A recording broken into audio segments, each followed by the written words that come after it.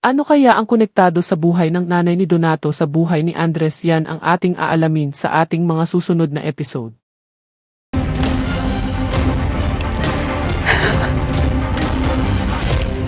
Dito nga ay nakipagkita si Greg dito kay Miguel upang tanungin ito kung meron ba siyang kinalaman sa pagkamatay ng kabit ng asawa nito at ito namang si Gab ay pupunta lang sana upang tanungin ang tatay nito kung may kinalaman ba ito sa pagkawala ni Thomas, ngunit mas masahol pa ang nadatnan nito dahil may dalang babae ang tatay nito kaya ito ay nasaktan at umiyak dahil sa mismong bahay pa kung saan nagsama silang pamilya kasama ang nanay nito. I will still be a good soldier, sir. Just ask me where to point my gun and I will shoot.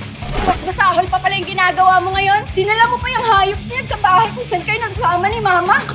At dito naman itong si JB ay kinausap ang tatay nito tungkol sa mga lalaking gusto pasukin ang bahay nila at sinabi nito na hayaan na lang ang mga pulis at tinanong din nito na kung yung tato lang ba na nasa likod nito ang tato nito mulang nang siya ay nagsundalo at ito namang si Andres ay mukhang Dad, hindi yan magnanakaw. Hayaan na natin ang mga pulis sa investigasyon nila. Dad, yan lang ba ang nakuha mong tattoo during your service in the military? Hello, JB. Pwede ba tayo magkita? Pag nakalabas yung impormasyon na yon, siya yung unang-unang ang papasunog ko!